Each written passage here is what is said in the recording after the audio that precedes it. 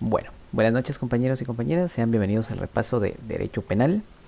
En esta ocasión vamos a ver distintos materiales. El primero de ellos va a ser una presentación que preparé para condensar un poquito la información, ¿verdad? Porque pues definitivamente hay bastantes conceptos que nos tenemos que aprender. Entonces yo creo que esta es una manera bastante práctica de ir viendo solo lo indispensable, ¿no? De resumir un poquito. De igual manera yo les compartí los demás contenidos para que ustedes pues los puedan ir viendo. Bueno, vamos a comenzar entonces con el repaso introductorio, ¿verdad? De derecho penal. Como primer punto tenemos entonces el derecho, perdón, no sé por qué se mueve aquí esto, sino creo que está activada la opción para que se mueva solito. Si no, no sé cómo puedo pausarlo, pero bueno, acá está. Muy bien, ahora sí. Perfecto, muy bien. Entonces, para empezar, tenemos que el derecho penal se divide en dos conceptos. El derecho penal objetivo, ¿verdad?, que es el conjunto de normas jurídicas donde se establecen los delitos, las penas y las medidas de seguridad, que esa podría ser una definición cualquiera acerca de derecho penal.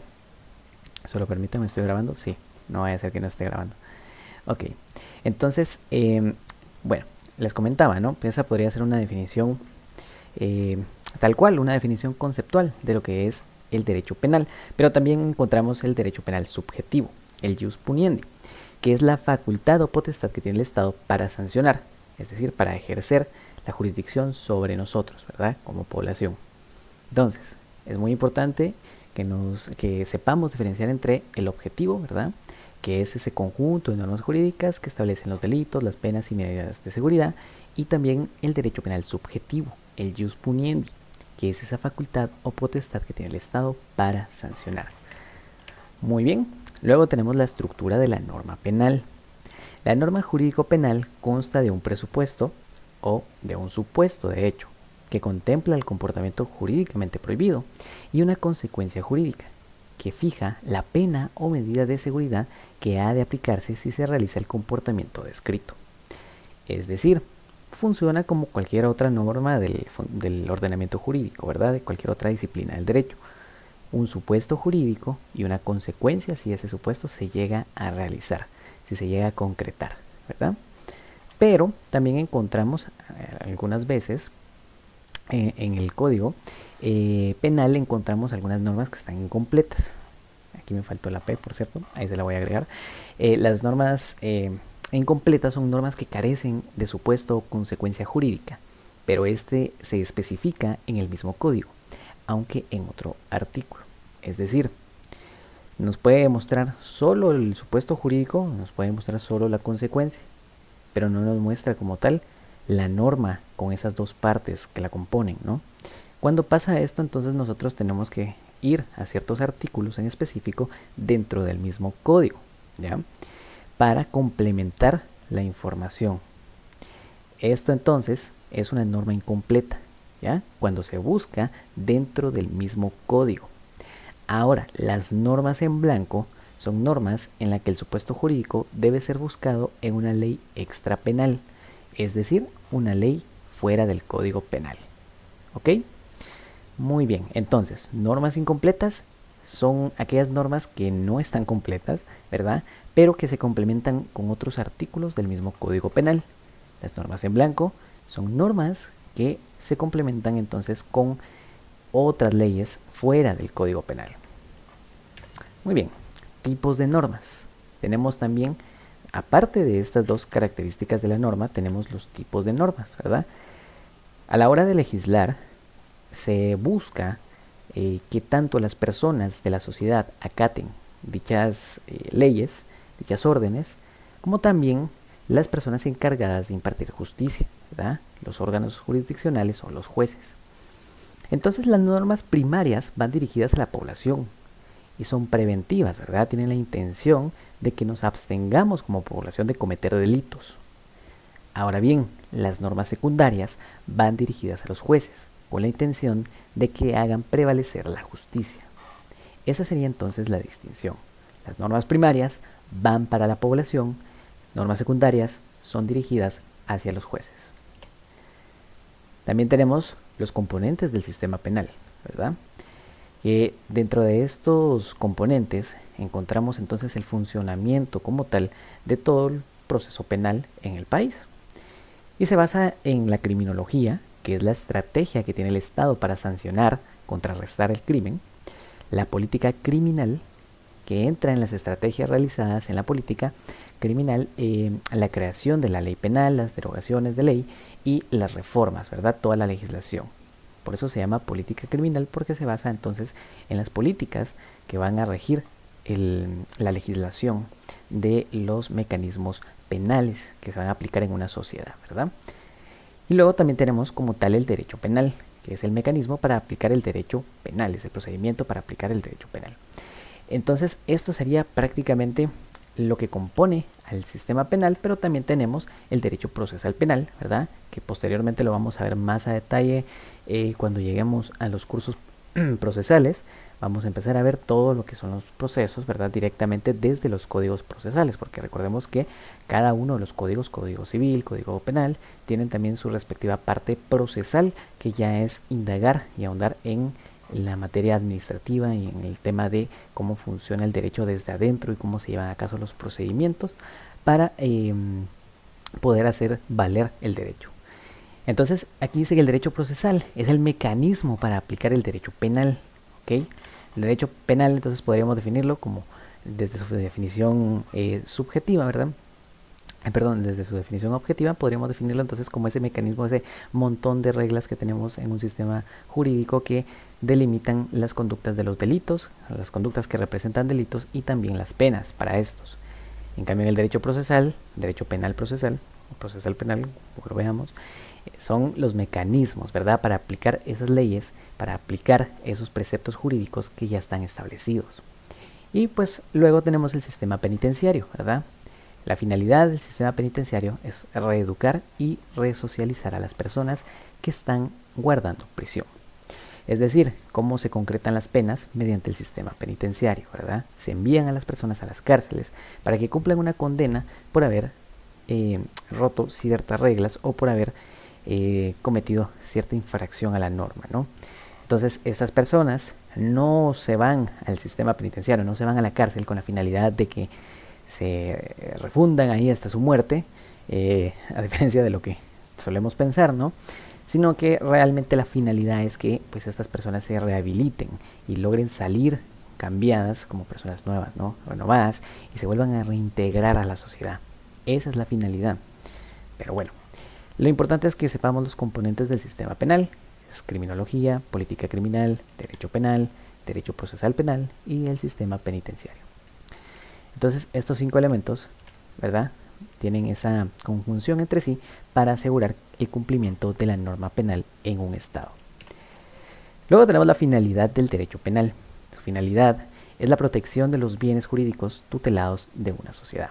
Es decir, la protección a la vida, al patrimonio, ¿verdad?, a la integridad física, todos estos bienes, todas estas características inherentes al ser humano que son pues parte de él por el simple hecho de ser persona, son las que protege y tutela el derecho penal.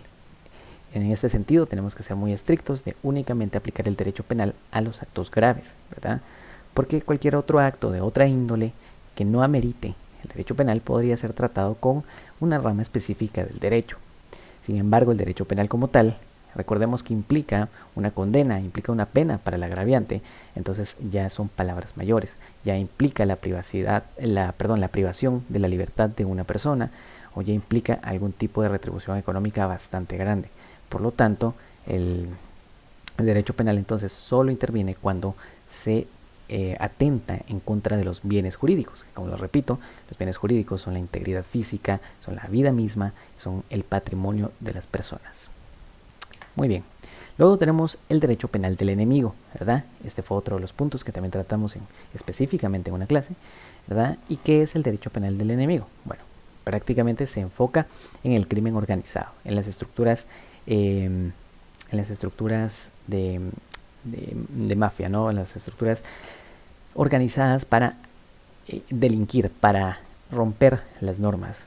Entonces, recordemos que hay dos tipos de delitos, o dos tipos, de derecho penal. Uno que se aplica para el ciudadano y otro que se aplica para el enemigo de la sociedad. Entonces es el criminal, ¿verdad? Es esa persona que ya un hecho determinante de cometer una infracción a la ley, pues organiza, gestiona, conspira, ¿verdad?, para llevar a cabo sus fines.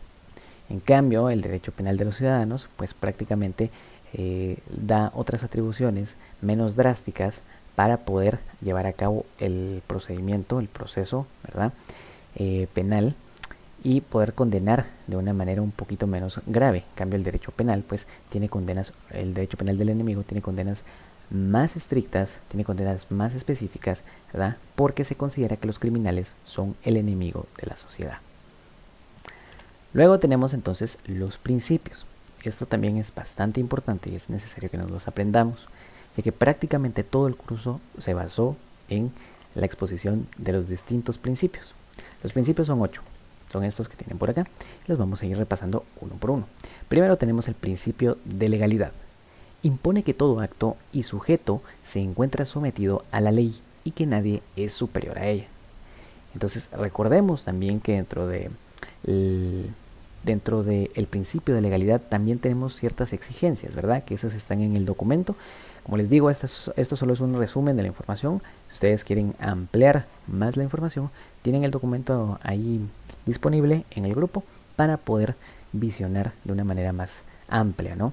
Pero bueno, el principio de legalidad entonces nos exige que haya una ley previa para toda aquella conducta que va a ser regulada, ¿verdad?, para toda aquella conducta que va a ser condenada, perdón. Entonces, no podemos poner una condena, no podemos imponer una sanción si no hay una ley preestablecida que dicte dicho supuesto jurídico. Ahora bien, el principio de legalidad entonces exige que la ley sea taxativa, es decir, que sea clara, que sea entendible, ¿verdad? También nos exige que la ley sea emanada, en el caso del principio de legalidad en el derecho penal, nos exige que sea emanada de los órganos legislativos. No pueden aplicarse leyes penales de órganos ejecutivos o judiciales, únicamente de órganos legislativos, ¿verdad?, como el Congreso de la República o como la Asamblea Nacional Constituyente, que son los dos órganos facultados para la creación de normas, en el caso del Congreso ordinarias y en el caso de la Asamblea Constituyente de rango constitucional.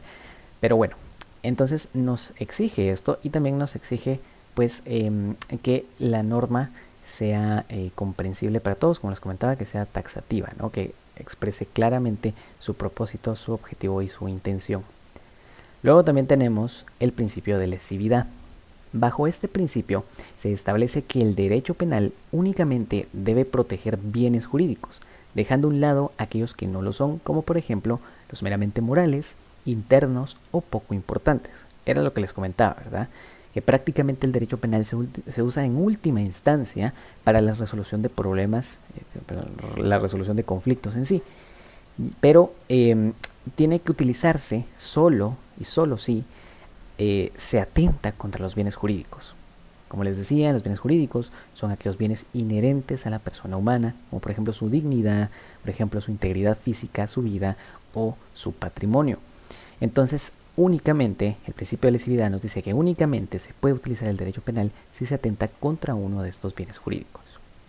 Luego tenemos el principio de subsidiariedad, ¿verdad?, o de fragmentariedad también, como se le conoce. Este principio establece que el derecho penal solo debe intervenir en los casos graves, cuando otros mecanismos menos lesivos no sean suficientes. Este va de la mano con el principio de lesividad, ¿verdad?, y prácticamente nos dice que debe de llevarse a cabo únicamente cuando sean casos muy graves, muy concretos, que no puedan solucionarse con algún otro tipo de disciplina jurídica, ¿no?, con alguna otra rama del derecho. También el principio de subsidiariedad nos dice que el derecho penal se apoya de estas otras ramas, específicamente pues para evitar, ¿no?, que se llegue a condenar a alguien, que se llegue a una pena por una disputa o algún problema que no amerite llegar a un proceso penal, ¿verdad? Luego también tenemos la proporcionalidad. El principio de proporcionalidad es la exigencia de que la gravedad de la pena debe ser proporcionada a la gravedad de la infracción, de modo que debe existir un equilibrio, una concordancia material entre la entidad del delito y de la consecuencia jurídica. Es decir, prácticamente no podemos poner penas excesivas por delitos no tan graves, ¿verdad? O por delitos que no ameritan que sea la pena tan drástica, ¿no? Entonces, esto era algo que lo criticaba mucho César Beccaria, que ahorita vamos a hablar un poquito de César Beccaria, ¿verdad? Fue una de las principales quejas que tuvo César Beccaria con el sistema penitenciario de su tiempo. Y pues precisamente impuso dentro de su obra tratados, ¿verdad? Acerca de los derechos y de las penas, pues prácticamente de los delitos, perdón, y de las penas, propuso este principio de proporcionalidad, es decir, que la pena sea proporcional a la infracción. Muy bien, empezamos con el siguiente entonces, el principio de culpabilidad. Aquí es donde entra la famosa frase que tuvimos en clase con el licenciado, ¿no? De sin dolo ni culpa no hay delito. Esa es una de las exigencias del principio de culpabilidad, ¿verdad? El principio de culpabilidad se basa en la idea de que una persona solo puede ser responsable de los actos que pudo y debió evitar. Es decir, dolo o culpa, ¿verdad? Prácticamente son los dos elementos que acompañan el principio de culpabilidad. Entonces, nos dice que solo debe hacerse responsable por estos actos. Por cualquier otro acto ajeno, por ejemplo, un accidente, el licenciado nos ponía el ejemplo, ¿no? Una persona va con todas las condiciones que la ley establece manejando, sin ir a excesiva velocidad, con las luces como deben de ir, todo en orden, todo bien, pero se le atraviesa un niño, no lo ve y lo termina asesinando. Entonces, en este caso no hay delito, porque para empezar no había dolo, porque la persona que iba manejando, que iba al volante, no tenía la intención de matar al niño, y segundo, no hubo culpa porque no hubo negligencia, ¿ya? La persona iba con todas las condiciones que la ley establece para pues procurar la seguridad, ¿no? Sin embargo, un fortuito, un accidente, un imprevisto se suscitó y lamentablemente se perdió una vida. Sin embargo, no hay delito porque no hay dolo ni culpa. Luego pasamos con la humanidad de las penas, ¿verdad? Este sexto principio nos dice entonces que se debe tratar con dignidad a las personas que están ya condenadas, que están pagando una pena, ¿verdad? Se trata de evitar penas inhumanas y degradantes a los responsables de los delitos. Es decir, no estamos en la Edad Media donde vamos a latigar o vamos a esclavizar o vamos a calumniar de alguna manera a las personas que cometan delitos o le vamos a cortar una mano, no, sino que para eso tenemos un sistema penitenciario formalizado, el cual pues nos establece el procedimiento adecuado para poder llevar a cabo su fin, ¿no? Que es el resarcimiento de estas personas dentro de la sociedad otra vez. Entonces, pues prácticamente es esto, ¿verdad? En cuanto a la humanidad de las penas, es valorar, cuidar, procurar la dignidad del preso. Luego tenemos la resocialización, ¿verdad? Que este también viene de la mano con el anterior. Como les digo, todos al final se complementan y esto es algo que en las doctrinas jurídicas pasa constantemente. Si ustedes se pudieron dar cuenta, también en derecho constitucional, los principios constitucionales se complementaban entre sí y algunos se parecían demasiado, pero bueno, a ver cómo nos va en ese examen, por cierto. Pero la cosa es que sí se complementan y se logran llevar a cabo uno por el apoyo del otro y viceversa, ¿no? Entonces, en este caso, la humanidad de las penas tiene como la finalidad cuidar al reo y la resocialización es traer a esta persona entonces ya cuidada, ya sanada a la sociedad otra vez, que se da entonces cuando se establece que a un sujeto se le impone una sanción penal, este debe ir orientada a su resocialización, es decir, esta sanción penal no debe ser para calumniarlo, para menoscabar su dignidad o para humillarlo o vengarse de algún tipo, como la ley del talión, por ejemplo, sino que al contrario es para que se vuelva a integrar a la sociedad. Y luego tenemos como último principio el non bis in idem, ¿verdad? El non bis in idem, que es ese principio de garantía que a nadie se le podrá sancionar dos veces por el mismo hecho.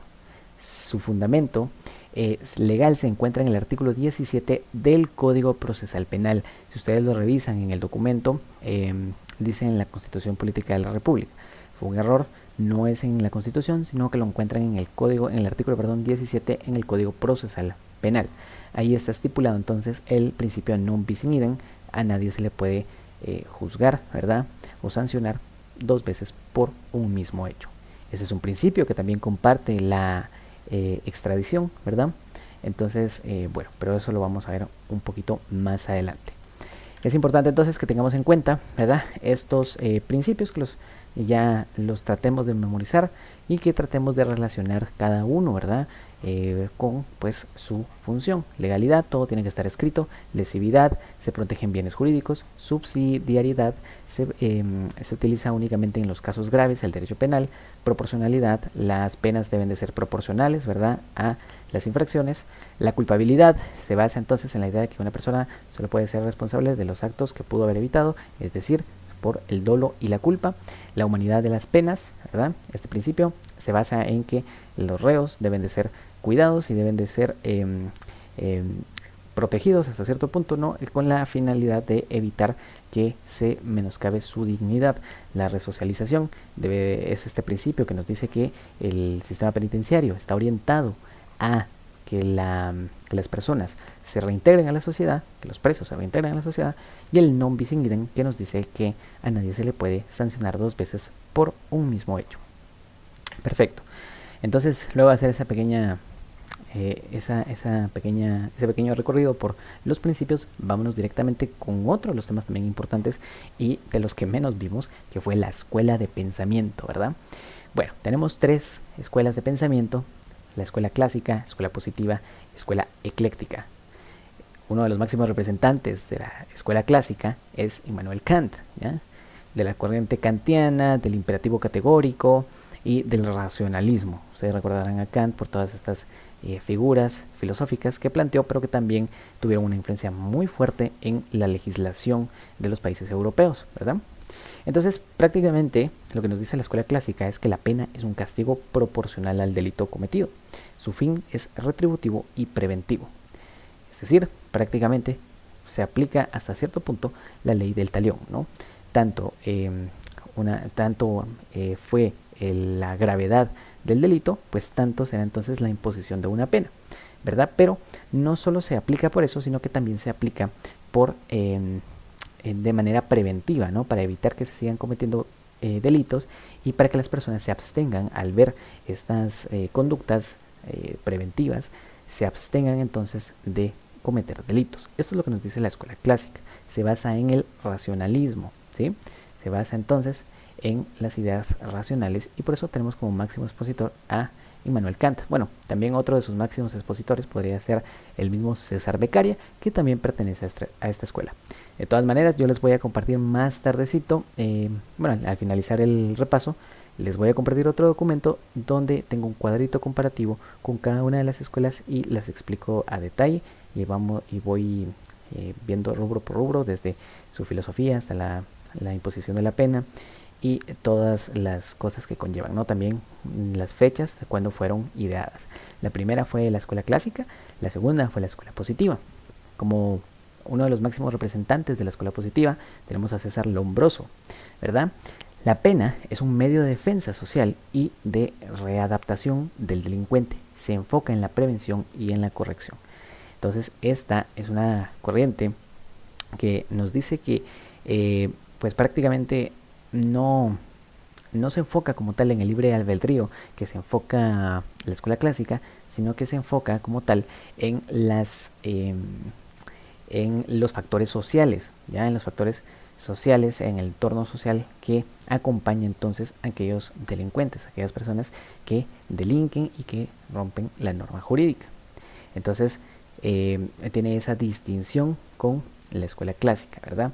La escuela clásica, por una parte, se basa entonces en la voluntad de hacer el mal y la responsabilidad que eso conlleva, mientras que la escuela positiva nos dice que pues también la implicación o el contexto social, tiene una implicación bastante grande en las conductas humanas.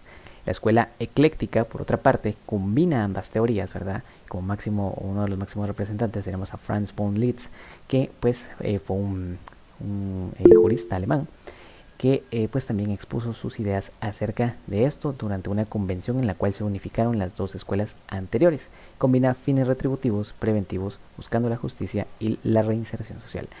Sí, escuché que alguien levantó por ahí la mano. Sí, adelante, compañero.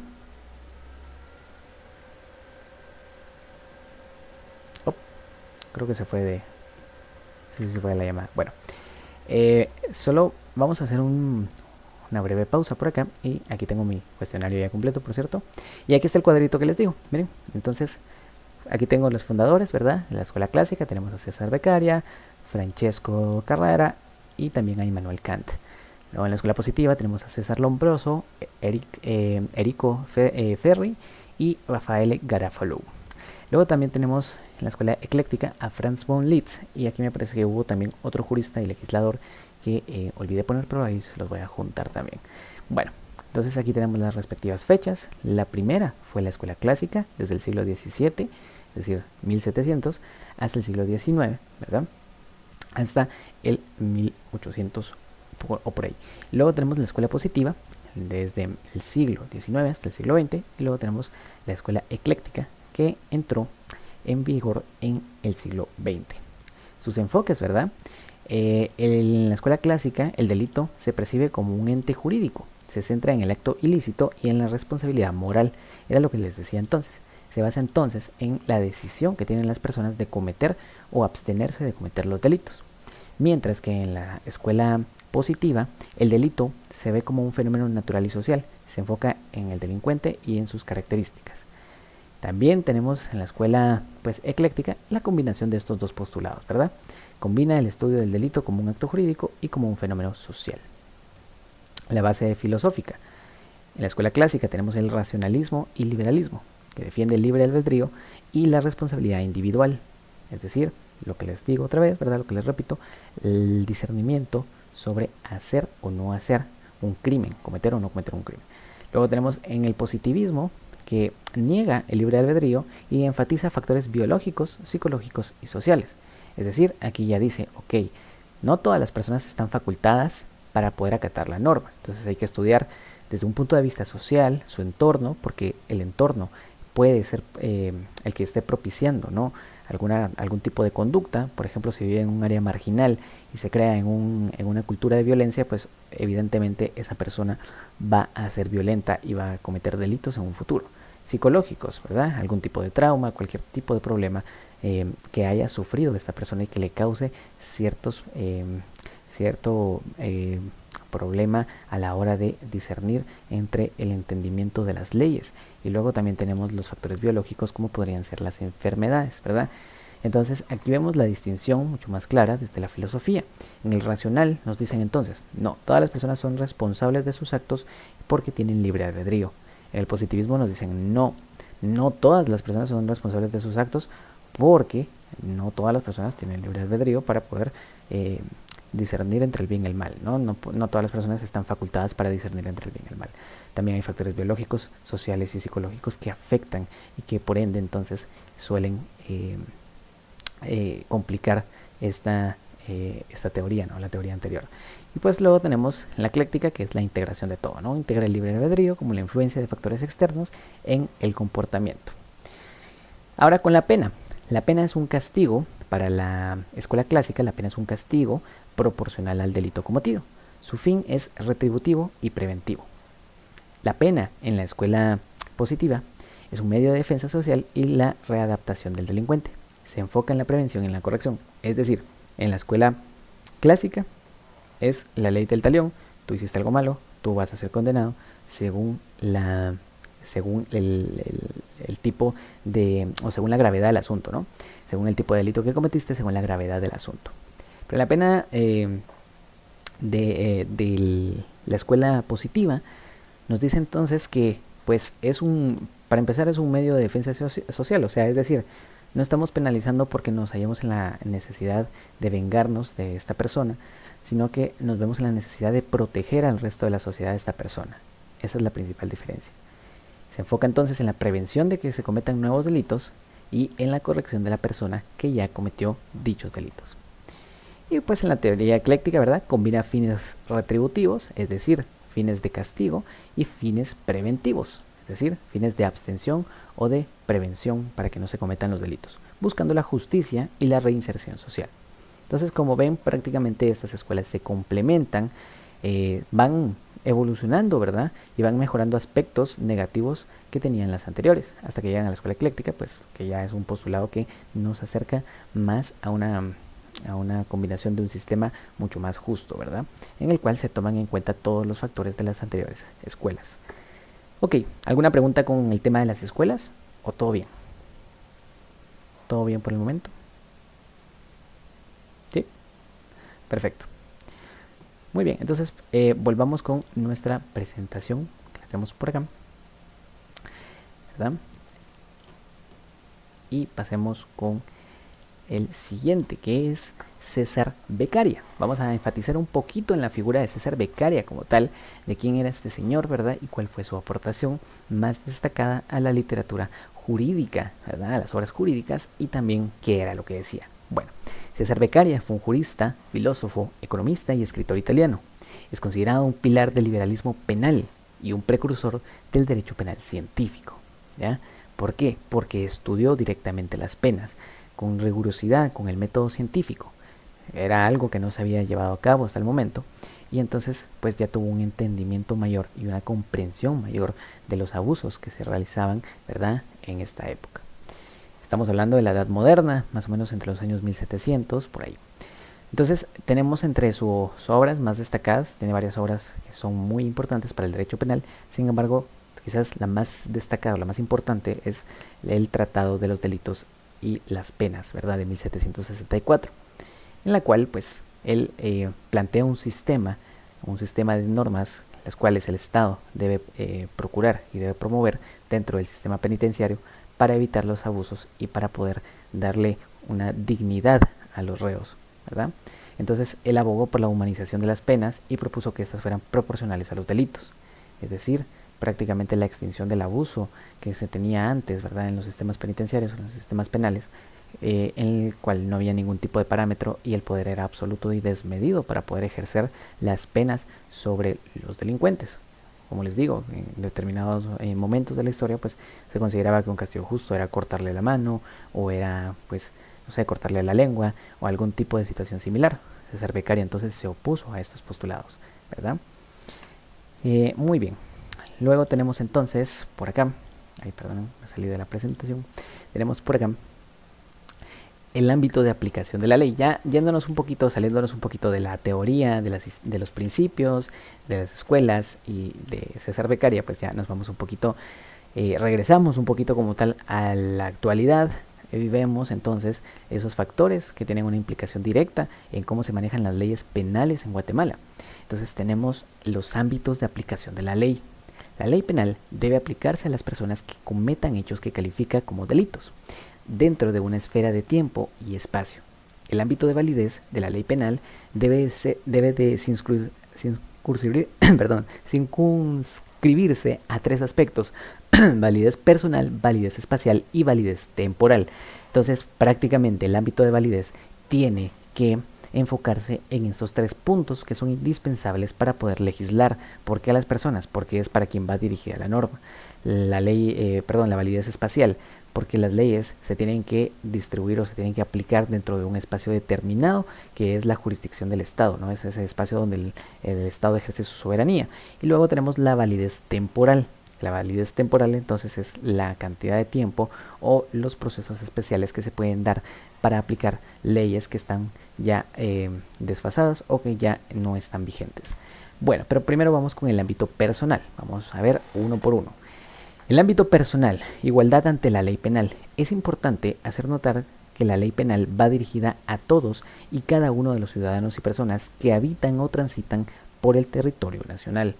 Es decir, inclusive también a las personas que van transitando por un país, no solo a las personas que viven ahí, sino que también a las personas que solo están de paso, ¿verdad?, les aplica la ley penal. A esta igualdad sobre el ámbito personal de la ley penal contienen dos excepciones, es decir, existen dos excepciones para esta igualdad, para este ámbito personal, que son el antejuicio y la inmunidad internacional. El antejuicio es una figura legal que se le da a los políticos, ¿verdad?, para que tengan cierto tipo de inmunidad para ejercer sus funciones.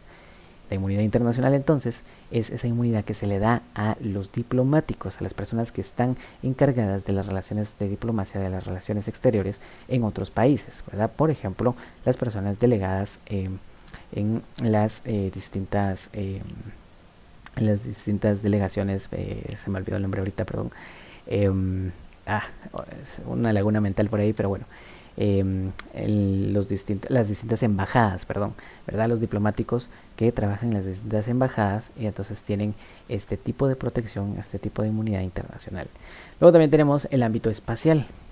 El ámbito espacial, como les decía entonces, es esa delimitación geográfica en la que el Estado pues, puede aplicar el sistema penal, puede aplicar las leyes penales, puede aplicar las penas establecidas, estipuladas por su ordenamiento jurídico, ¿verdad? Y se entiende entonces como que solo puede hacerse valer el derecho penal local dentro de este país. Sin embargo, también hay una excepción que es la extraterritorialidad, ¿verdad? Que esto se da cuando se juzga en otro estado, pues los delitos cometidos en otro estado, es decir, se cometen delitos en un estado A y se juzgan en el estado B. Pero bueno, eso también lo tienen dentro del documento, ¿verdad? Más explicado. Recuerden que esto solo es un pequeño resumen acerca de eso. Sin embargo, sí me gustaría que veamos con más detenimiento ahorita al finalizar la presentación, que veamos los ámbitos de aplicación de la ley, porque considero que es algo bien importante que tenemos que tener bien presente para a la hora del examen, ¿no? Bueno, también tenemos como último ámbito el ámbito temporal. La ley penal tiene vigencia por un tiempo determinado. Toda ley penal tiene un tiempo de inicio y en algunas ocasiones el tiempo de su vigencia. La ley penal puede dejar de ser vigente por dos razones: abrogación o derogación. Se abroga una ley penal cuando existe una supresión total y se deroga una ley cuando existe una supresión parcial. Es decir, se abroga cuando se elimina totalmente del ordenamiento jurídico una ley. Hay una derogación cuando se eliminan cierta parte o ciertos condicionantes que regula esa ley. O cuando se actualiza esa ley, ¿verdad? Pero todavía se toman algunos elementos de la versión anterior. Eso sería entonces una derogación. Y una abrogación es cuando se elimina totalmente del sistema jurídico o del ordenamiento jurídico. Entonces el ámbito temporal que es esa estipulación que nos pone la ley, ¿verdad? Es esa estipulación de cuánto tiempo va a durar cierta ley en caso de que sea una ley temporal, de que sea una ley que tenga algún tipo de vigencia preestablecida, ¿verdad? O podría ser pues también una ley perpetua que sea para siempre, ¿no? Por lo menos hasta que se abrogue o sufra una derogación también. Muy bien, ahora algunos latinismos importantes que tenemos que tener en mente, que ya nos tenemos que aprender, serían el jus puniendi, ¿verdad? Que les comentaba al principio, que es esa facultad del Estado para ejercer justicia, y el non bis in idem, que a nadie se le podrá sancionar dos veces por el mismo hecho. Fueron dos latinismos que vimos muy de cerca y que estuvimos constantemente contemplando en la clase, ¿no? Lo repetía mucho el licenciado. Y también, como no, sin dolo ni culpa no hay delito, ¿verdad? Entonces recuerden, si no hay dolo ni culpa, pues no hay delito. Principio de culpabilidad. Muy bien, eso es entonces en cuanto a la presentación. Ahora bien, si gustan, nos vamos acá, ¿no? Nos vamos a el resumen, ¿verdad? Para ver algunos de los temas que ya no pudimos terminar de ver anoche. Yo agregué, como bien les comenté, ¿verdad? Algunos temitas extras. Entonces vamos a enfocarnos en eso. Pues bueno, ya ayer vimos lo que es la definición, hoy también lo repasamos un poquito, ¿verdad? Todos estos temas iniciales, la definición del derecho penal, la estructura del derecho penal, solo les voy a hacer un poquito más grande esto, ¿verdad? Los tipos de normas, primarias, secundarias, la finalidad del derecho penal, teoría sobre los fines de la pena, ¿verdad? Fines de la pena, medidas de seguridad, reparación de daños como tercera vía, principios, todo esto pues lo fuimos explicando también en el repaso de ayer, que ya está en el canal de YouTube por si quieren ir a verlo, ¿verdad? Por si quieren ir a refrescar eso. Pero me gustaría entonces que veamos los ámbitos de validez de la ley, ¿verdad? El punto número 11. Me gustaría entonces que nos enfoquemos en eso y también en el derecho internacional, en la Corte Penal Internacional, que es otro tema que fijo va a venir, y en un tema que tuve que poner hasta el final porque olvidé ponerlo en el principio, que realmente lo vimos casi que al principio, que fue el derecho penal versus el derecho penal del enemigo. Entonces también lo vamos a explicar un poquito más a fondo, aunque también en la presentación, como se dieron cuenta, pues estaba esa acepción de qué es eso del derecho penal del enemigo, ¿no? Entonces, bueno, vamos a ir al punto número 11 directamente. Vamos a hablar acerca del ámbito de validez de la ley y pues tratar de explicar las figuras, ¿verdad?, que se encuentran dentro de ella. Entonces, el ámbito de validez de la ley nos especifica, como ya lo vimos, 3 tipos, ¿verdad?, de validación. Una tiene que ser personal, otra tiene que ser espacial y otra tiene que ser temporal. Entonces, en la personal, ¿verdad?, se me olvidó ponerle personal, pero es la personal, la 11.1. En la personal entonces encontramos esa igualdad de condiciones para toda la población, para todos los ciudadanos de un mismo estado. Pero tenemos 2 excepciones. El antejuicio, que era lo que les cuenta, ¿verdad? Háblese de la oportunidad que tiene un funcionario público de no ser sometido a un proceso penal hasta que sea desposeído judicialmente de dicha inmunidad. Y luego pues también tenemos la inmunidad internacional, que es la prerrogativa que ostentan los representantes de los estados para que no sean juzgados en el país que se encuentran.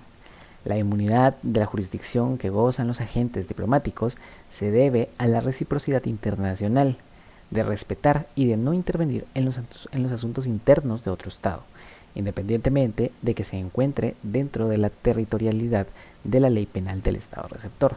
El fundamento de esta prerrogativa se encuentra en la Convención de Viena de 1961. Es decir, prácticamente si, por ejemplo, digamos que acá hay un diplomático de Estados Unidos, no está en suelo guatemalteco, sin embargo, pues este diplomático durante la administración de Biden cometió ciertos actos fraudulentos y ciertas cuestiones de corrupción, ¿no?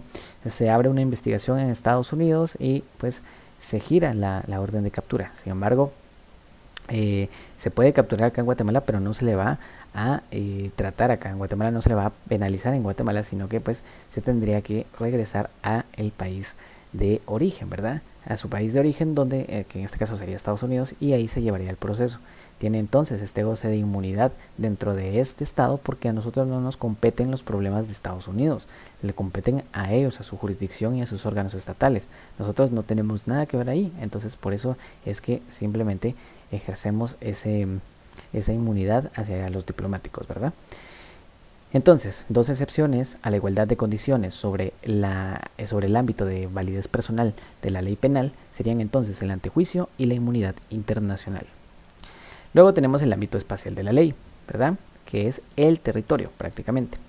La ley penal solo puede ser aplicada a todos aquellos hechos delictivos que se cometan dentro del territorio del país, es decir, todos los delitos cometidos dentro del territorio nacional. En cuanto a los buques y aeronaves, se rigen en principio de conformidad a la ley del pabellón, el país a que pertenezcan, ¿verdad?, del país al que pertenezcan. Cuando un buque o una aeronave se encuentra en jurisdicción de otro estado, este último podrá ejercer su jurisdicción y aplicar su ley penal cuando el hecho es cometido. La ley pabellón, ¿qué nos dice? En resumidas palabras, en resumidas cuentas, nos dice que las naves o aeronaves, ¿verdad?, ya sea, dígase barcos, aviones, etcétera, de cada país tienen que estar señalizadas con una bandera, con una banderita del estado, del país al que pertenecen. Entonces van a ser juzgados según el sistema penitenciario, el sistema penal, ¿verdad?, del estado al que representen con su bandera. Eso es prácticamente. Muy bien, luego tenemos la extraterritorialidad de la ley, ¿verdad?, que es la excepción de la territorialidad de la ley. Parece trabalenguas esto. En ciertos casos, la ley penal puede ser aplicada a hechos que ocurren en estados diferentes, ¿verdad? De allí su nombre de extraterritorialidad. Entonces nos dice que se encuentra establecida en el artículo 5 del Código Penal guatemalteco. Entonces aquí en el artículo 5 nosotros tenemos un desplegado, ¿verdad? Por aquí tengo mi Código Penal.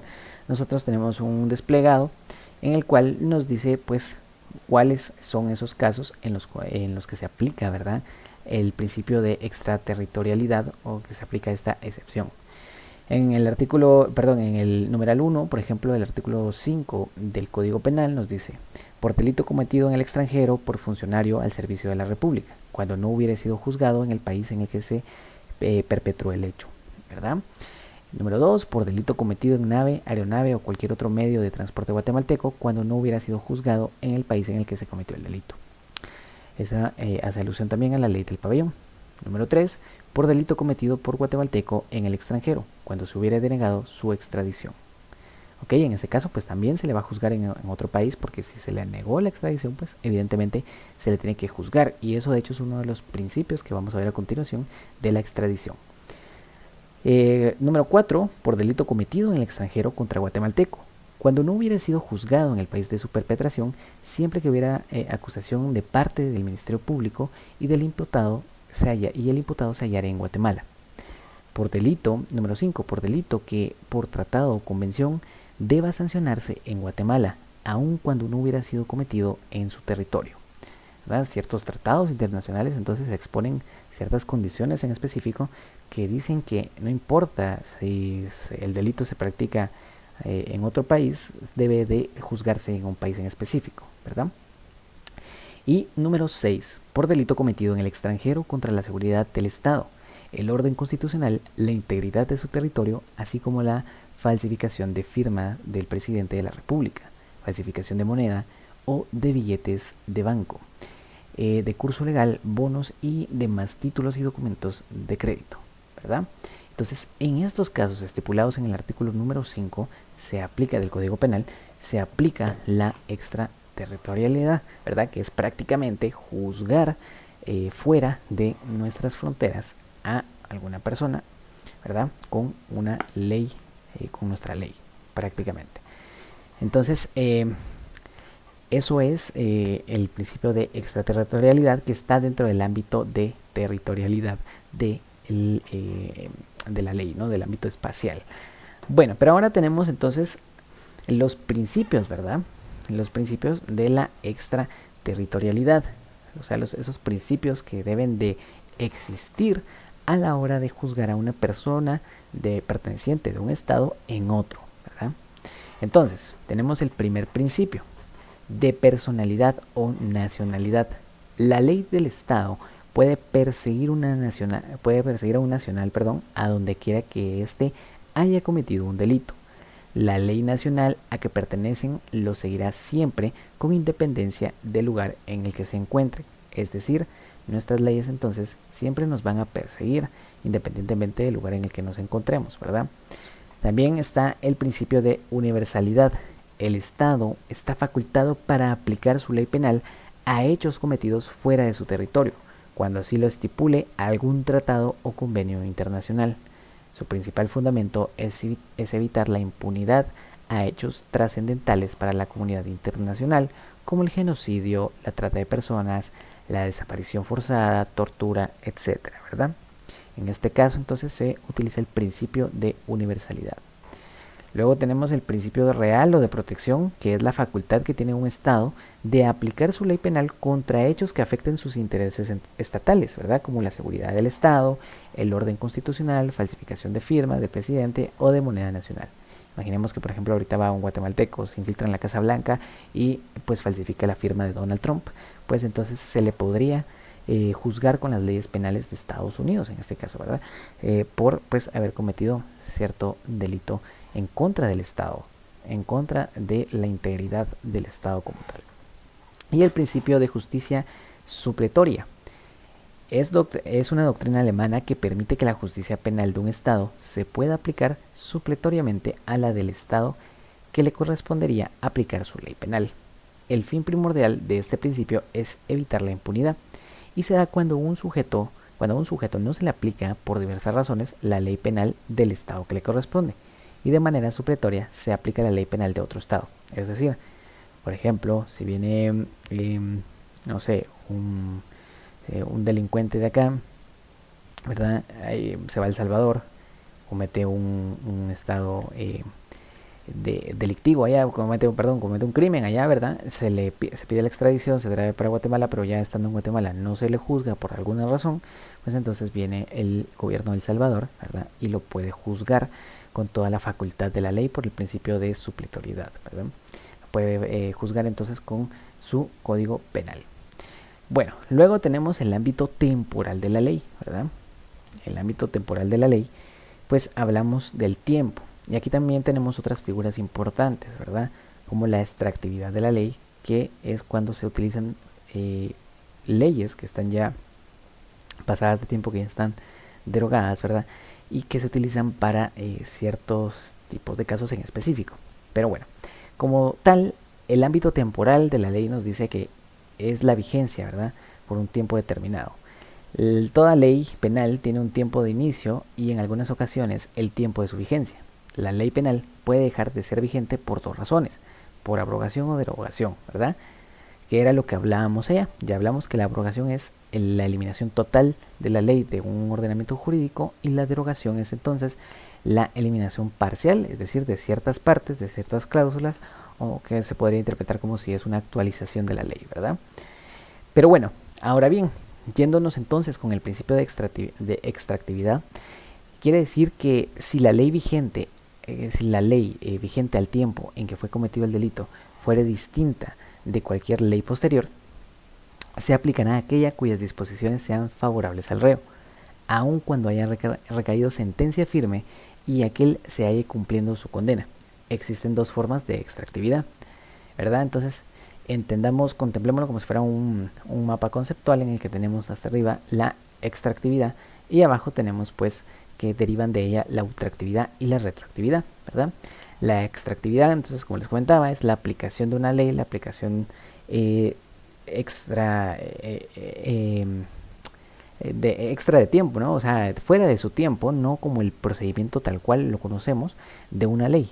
Entonces, esto se da mediante la ultraactividad, que es al aplicar una ley no vigente a un hecho que ocurrió durante su vigencia. Por ejemplo, en este caso, yo recuerdo que el año pasado un licenciado nos ponía un ejemplo de unos policías que asesinaron a unos civiles en los años 80. Los años 80, entonces, se utilizaba otro código penal. Entonces, ese código penal era menos drástico con las penas para las personas, ¿verdad? Para ciertos tipos de delitos. Entonces, el abogado de estos policías solicitó, ya en tiempos actuales, cuando se llevó el juicio a cabo, que se utilizara el código penal de los 80 para que la pena fuera menos drástica. Y entonces, por el principio de ultraactividad, pues se pudo aplicar el código penal anterior, ¿verdad? Es un código penal que ya no está vigente, ya está derogado, ¿verdad? Sin embargo, se puede utilizar por esta vez simplemente porque favorece al reo, favorece a la persona o a la parte damnificada, ¿verdad? Recordemos que el derecho entonces siempre va a proteger a la parte menos favorecida de las relaciones jurídicas. Entonces, en el principio de ultraactividad tenemos esto, la utilización de una ley que ya no está vigente para un hecho que ocurrió durante su vigencia. Luego también tenemos la retroactividad, que es aplicar la ley vigente a un hecho que ocurrió antes de su vigencia. Es decir, tenemos esa figura de que ese precepto, ¿verdad? De que en rara ocasión se suelen juzgar hechos con una ley nueva, ¿verdad? Hechos que ocurrieron antes de la aplicación de una ley nueva, pero suelen darse esos casos. Entonces, cuando se da este tipo de casos, que son muy excepcionales, se da entonces la retroactividad, que es, por ejemplo, yo, no sé, tuve una descubrí cierta forma de, yo qué sé, hacer un desfalco al gobierno o no sé, hacer cierto tipo saltarme cierto tipo de trancas con la tributación y evadir impuestos de alguna manera que no estaba contemplada en la ley como un delito, pues entonces legislan eso, ¿verdad? Y ya pues aplican esa ley nueva para ese delito que ocurrió antes de esa vigencia, ¿no? De la entrada en vigencia de esta ley. Entonces, claro, el principio general del derecho es que esto no debería de suceder. Sin embargo, hay casos excepcionales, como les comento, en donde sí se da esta retroactividad, que es la aplicación de una ley vigente después, ¿verdad?, de un hecho que ocurrió. de un hecho que ocurrió antes, de un hecho que ocurrió antes de que se proclamara que entrara en vigencia esta ley. Entonces, ultraactividad, aplicar la ley no vigente a un hecho que ocurrió durante su vigencia. Retroactividad, aplicar la ley vigente a un hecho que ocurrió antes de su vigencia. ¿Ok? Entonces, también tenemos otra figura legal dentro del espacio, perdón, dentro del ámbito temporal, que es la ley excepcional o la ley temporal, que nos dice que en determinadas épocas y gobiernos se dispone crear leyes que tengan una vigencia temporal, y para ello se establece que una ley temporal solo será aplicable a los hechos cometidos bajo su vigencia, aun cuando éste hubiera cesado al tiempo de dictarse el fallo, salvo lo dispuesto por la extractividad. Es decir, entonces que, ¿verdad?, hay ciertas excepciones, ciertos casos en los cuales se suele dar este tipo de figuras también. Bueno, entonces eso sería en cuanto al ámbito temporal. Esto sería en cuanto, ¿verdad?, al ámbito extraterritorial. Recordemos, no lo puse aquí por lo que veo, pero tenemos la figura dentro del ámbito territorial o espacial, tenemos la figura de la extradición, ¿verdad? ¿Qué es la extradición? Es pedir prácticamente que regresen a una persona que se encuentra en otro estado a su estado de origen para poder utilizar las penas o el sistema penal de ese estado, ¿no?, del estado de origen de la persona. Eso es prácticamente la facultad que tiene un estado de poder pedir a sus connacionales para poder juzgarlos con su sistema de leyes, ¿verdad? No lo puse por acá, pero bueno, estos prácticamente son los principios de la extradición, ¿verdad? Son principios que deben de cumplirse para esto, para este tema. No, perdón, estos son los principios de la extraterritorialidad, pero también tenemos los de la extradición, eso les quería decir. Pero no les puse aquí lo de la extradición, no sé por qué, me la salté, pero bueno, igual se las mando ahí más tardecito, ¿verdad? Junto con algunos de los elementos que debe de contemplar para poderse llevar a cabo. Igual también está en el libro, ustedes lo pueden buscar por ahí, está más o menos por la página 122 por ahí del libro que les compartí por los grupos, ¿verdad? Entonces también ahí encuentran más explicado la figura de extradición junto con las condiciones que deben de existir para que se cumpla.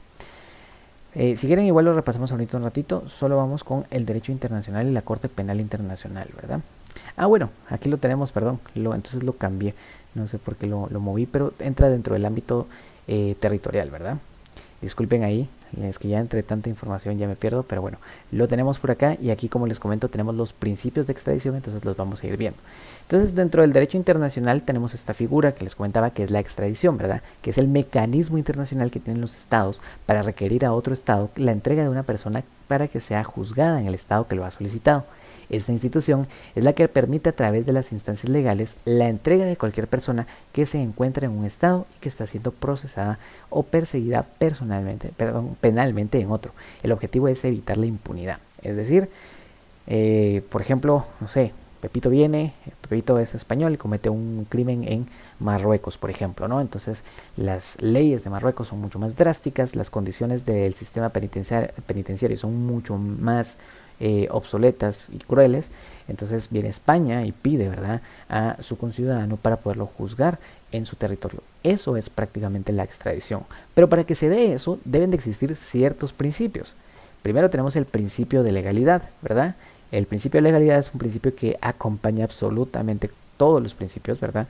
Porque prácticamente nos establece que tiene que estar en ley, tiene que estar marcado en ley, tiene que estar establecido, regulado en ley. Toda acción, ¿verdad?, de los sistemas jurisdiccionales de cada estado, ¿verdad? Entonces solo se podrá conceder en este caso la extradición por delitos que expresamente lo indique el tratado o convenio, ¿verdad?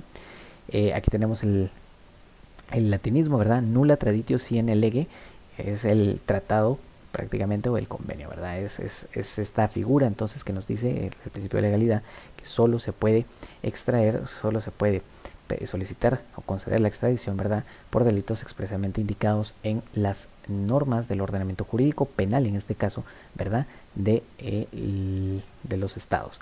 El tratado es la fuente fundamental de la extradición. Como una consecuencia, se establece que procederá la misma cuando así lo disponga el convenio o tratado. De lo contrario, la vía expedita sería a través de la reciprocidad. el principio de legalidad en la extradición implica un numerus clausus, ¿verdad? El cual determina que los delitos no están contenidos en el tratado. Que no están contenidos en el tratado no podrán ser objeto de extradición. Es decir, prácticamente tienen que estar cimentados en ley, en este caso en los tratados internacionales, ¿verdad? Que regulen las extradiciones, todos aquellos delitos, ¿verdad? En los cuales sí se pueda conceder una extradición. Eso es en resumidas cuentas, ¿verdad? Tiene que estar en ley en los tratados internacionales los delitos tipificados para conceder la extradición. Luego tenemos el principio de espacialidad, que nos dice que no se podrá juzgar a una persona por delitos distintos a los que motivaron la extradición. Para que el Estado requiriente pueda juzgar por otro hecho, deberá contar con la autorización del Estado requerido. Es decir, no podemos empezar a sumarle delitos, ¿verdad? Cuando se solicita a una persona no podemos venir primero solicitarlo por un delito y ya cuando se completa la extradición pues ya empezar a sumarle más y más delitos, sino que únicamente se le juzgará por el delito tipificado en la extradición. Luego también tenemos el principio de no bis in idem, aquí también lo vemos, ¿verdad? Que no se podrá extraditar a una persona si ya fue juzgada por el delito que solicita para la extradición. De igual forma, no se considera la extradición si el sujeto ya está siendo enjuiciado. Es decir, si ya se inició el proceso en el estado donde se cometió el delito, pues entonces ya no se puede, según este principio. Y también, si ya se le juzgó a la persona por ese delito en otra ocasión, ¿verdad? Ya se sentenció, ya cumplió su condena y todo, no se le puede entonces solicitar la extradición, ¿verdad? No se puede pedir entonces que lo vuelvan a traer para cumplir con la misma condena, con la misma sentencia que ya se había determinado anteriormente. Ahora bien, vamos entonces con el siguiente principio, que es la doble incriminación. Únicamente se podrá conceder la extradición de una persona si se determina que el hecho que cometió en el país requiriente se encuentra establecido como delito en el país requerido, con independencia de su denominación, descripción y naturaleza. Se tiene que contemplar al hecho tipificado como delito en ambos estados. Es decir, se tiene que considerar delito, ¿verdad?, la acción o la infracción que se cometió en ambos estados. De lo contrario, pues no se puede llevar a cabo la figura de la extradición. Tienen que existir entonces esas dos figuras, ¿verdad?, en cada uno de los estados para que pueda darse la extradición. Tienen que existir el mismo delito en los dos estados, en otras palabras. Exclusión por delitos políticos o comunes con nexos con políticos. Por razones de política internacional, se considera que este principio es básico para evitar una persecución política del gobierno de turno en contra de uno o varios funcionarios del gobierno anterior. ¿Qué quiere decir esto? Prácticamente, recordemos con los cambios de administración y las transiciones políticas que suelen haber a veces ciertas discrepancias con el grupo, con la administración anterior, ¿verdad?, por parte de la administración nueva. Entonces, para traerlo a la realidad y que lo podamos asociar de una mejor manera, imaginémonos que la administración de Trump empieza una cacería penal en contra de toda la administración de Biden, ¿no?, de todos sus funcionarios y de todas las personas que ejercieron algún cargo público durante el tiempo de Biden. Entonces, prácticamente sería como una pelea que está justificada, o que está, pues, entre comillas, justificada por un sesgo, ¿no?, que tienen la nueva administración de Trump, porque están en contra ya sea de las medidas que tomaron anteriormente en ese gobierno, o porque están en contra de sus ideales políticos, porque Trump es republicano, ellos son demócratas, entonces no se llevan, entonces los van a enjuiciar, los van a meter a la cárcel, etcétera, ¿no? Entonces prácticamente es para evitar este tipo de injusticias que se puedan llegar a dar entre las distintas administraciones de los gobiernos. Luego tenemos el principio de exclusión por faltas. Por faltas no se podrá conceder la extradición de una persona, por considerar que son simples infracciones o contravenciones que no afectan en demasiado los bienes jurídicos más importantes. Entonces, por faltas no hay extradición, ¿sí? Principio de exclusión por faltas. Luego también tenemos la inejecución de pena de muerte. Este es un principio de orden de derecho internacional, el cual determina que no se le podrá aplicar ni mucho menos ejecutar la pena de muerte al extraditado. Por ello, previo a conceder la extradición, el Estado que otorga la misma deberá verificar y garantizar que al sujeto no se le aplicará la pena de muerte. Ustedes recordarán también el ejemplo que nos ponía el licenciado en su momento, ¿verdad? De Portillo, que se fue a México y que estaba con esa... estaba ese temor, ¿no?, de que le fueran a aplicar la pena de muerte. Pero al final, como se fue a México, se solicitó la figura de la extradición, se concedió. Entonces, a la hora de conceder la figura de la extradición, pues ya no se pudo llevar a cabo este proceso, ¿no? La ejecución, la pena de muerte prácticamente. Entonces esto lo vemos extrapolado a distintos casos, ¿verdad?, que podríamos mencionar en cuanto a los países también que se encuentran en ciertas persecuciones con el narcotráfico, por ejemplo, ¿verdad? Entonces, por ejemplo, si, no sé, atrapan al Chapo Guzmán en Estados Unidos, por ejemplo, pues ya no se le va a poder aplicar la pena de muerte en México porque ya se solicitó una extradición, ya se solicitó, o por parte de Estados Unidos, ¿no? Tampoco, o sea, en caso de que se le aprecie en México y que sea Estados Unidos el que lo requiera, pues tampoco ya no se va a poder aplicar la pena de muerte por el principio de inejecución de pena de muerte, ¿verdad? Pues luego también tenemos el derecho de no entregar a nacionales, que es un derecho que ostentan los estados para resguardar a sus connacionales, ¿verdad? Es decir, prácticamente ningún estado está obligado a dar a sus connacionales. Cada uno de los estados tiene derecho a entregar o reservarse ese derecho para con sus nacionales. Si el estado se reservase ese derecho, tiene la obligación de juzgarlo. Es decir, entonces, que, por ejemplo, si viene un guatemalteco, comete un asesinato en Suiza, por ejemplo, viene el Estado de Suiza y nos requiere a nuestro connacional, pues será entonces elección del Estado guatemalteco elegir si dárselo o si no dárselo.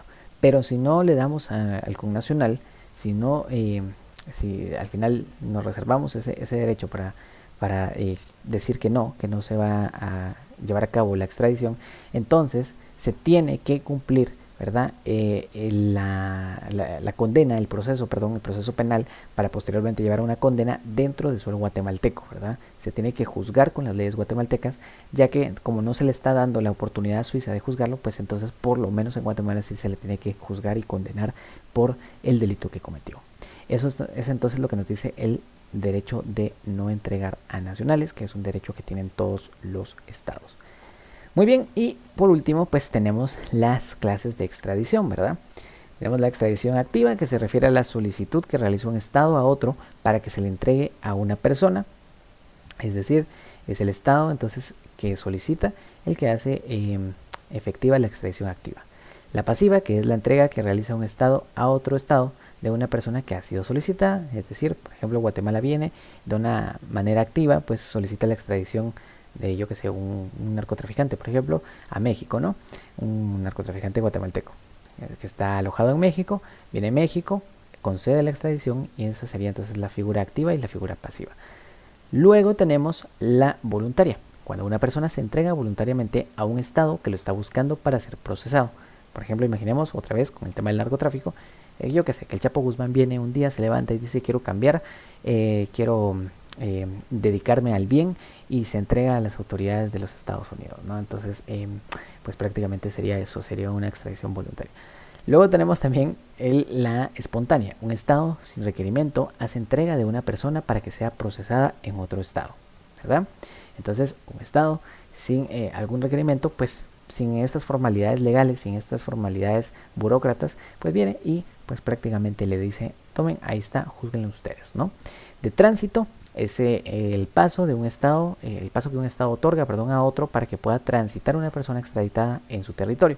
Es decir, Estados Unidos está solicitándole un connacional a Guatemala, pero tienen que pasar por México para poder llevarlo hasta Estados Unidos. Entonces se le solicita a México, ¿verdad?, una extradición de paso, de tránsito, simplemente para que pueda pasar por el territorio mexicano hasta Estados Unidos.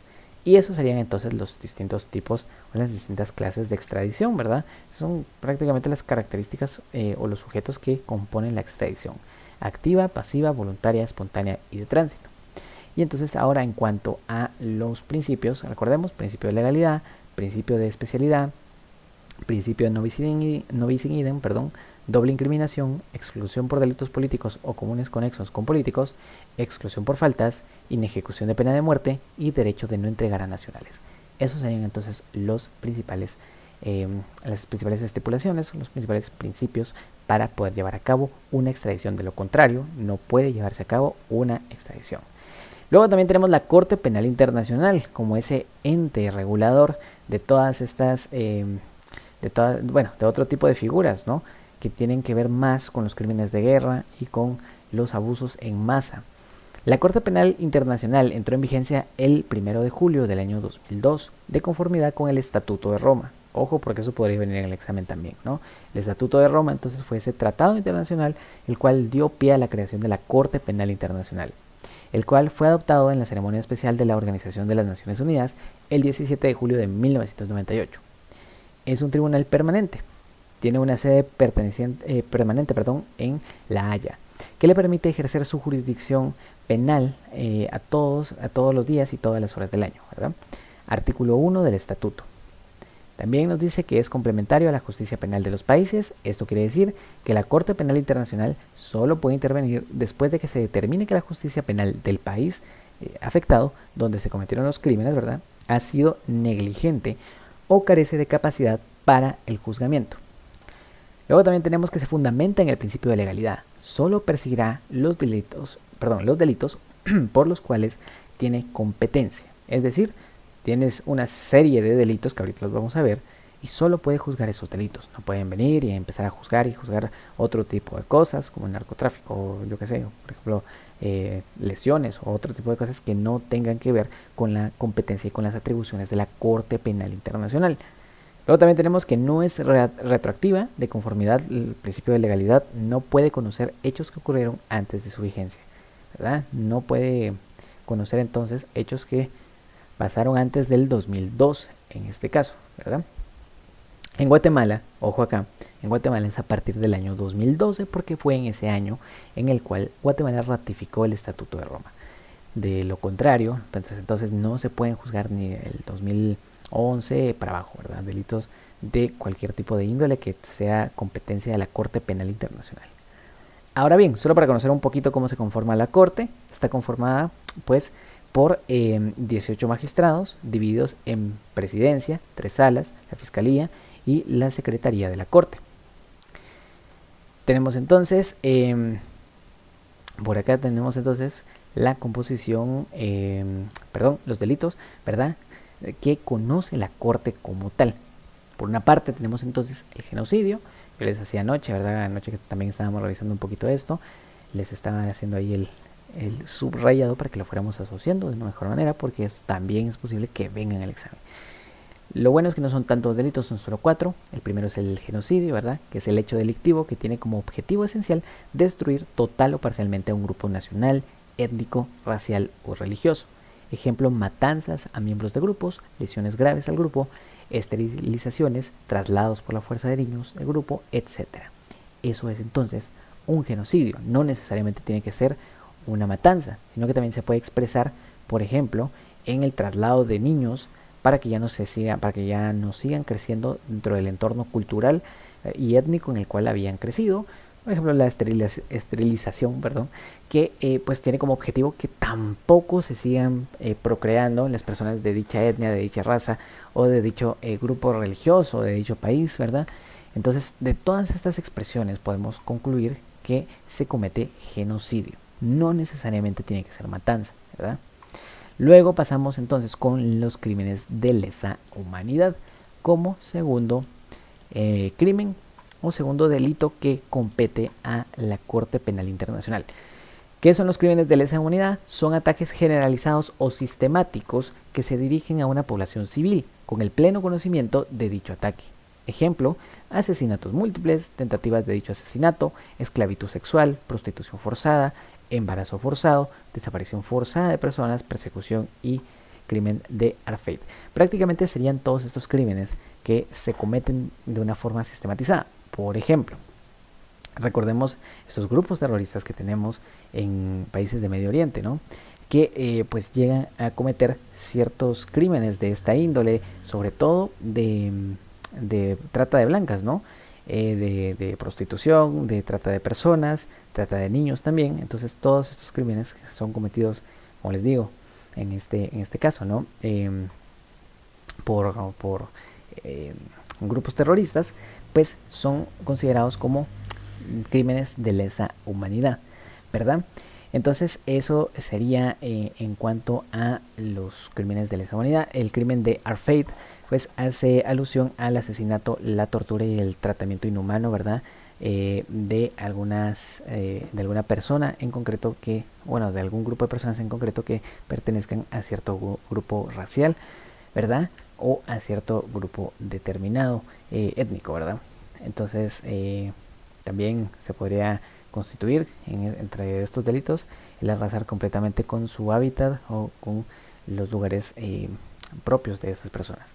Entonces a lo largo de la historia hemos tenido muchos ejemplos de esto, ¿verdad? De todos estos crímenes de lesa humanidad, y todo esto pues también son competencias de la Corte Internacional Penal. Y también tenemos los crímenes de guerra. Como tal, estos se dan pues cuando hay un estado de guerra, cuando hay un conflicto, ¿verdad?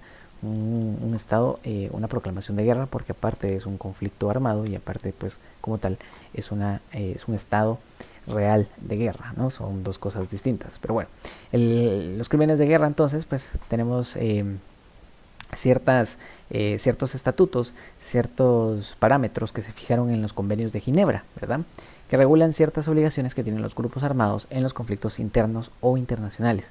También en el anterior repaso les comentaba algunos de estos tipos, ¿verdad? De crímenes de guerra, que pues prácticamente son jugadas sucias que pueden cometer algún grupo ya sea de uno de los bandos, ¿verdad? Que están en conflicto y que son prohibidos, están prohibidos a nivel internacional por el Convenio de Ginebra. Entonces, por ejemplo, podría ser las armas biológicas, ¿no? Yo les ponía ese ejemplo, las armas biológicas entonces están prohibidas, no pueden soltar un virus ahí y matar a todo el mundo en un país en específico o en un lugar en específico para ganar una contienda militar. Bueno, luego también tenemos también la agresión, ¿verdad? Que la agresión dentro de pues dentro de los delitos internacionales se entiende como la planificación, preparación, inicio o realización del uso de la fuerza armada de un Estado en contra de la soberanía, integridad territorial o independencia política de otro Estado. Dentro de estos se encuentra la invasión, el ataque, el bombardeo, el envío de fuerzas armadas o mercenarios. Entonces aquí tenemos, por ejemplo, el caso, ¿no? Para traerle un poquito a la realidad, tenemos el caso de Rusia con Ucrania, ¿no? Que cumplieron con una invasión, también con ataques, bombardeos, ni digamos, y pues también con mercenarios, ¿no? Cumplieron todas las reglas de una agresión y bueno, pero Zelensky tiene la culpa. Ahora vamos con el derecho penal versus el derecho penal del enemigo. El derecho penal normal, digamos, también llamado del ciudadano o también llamado democrático, ¿verdad? Versus el derecho penal del enemigo.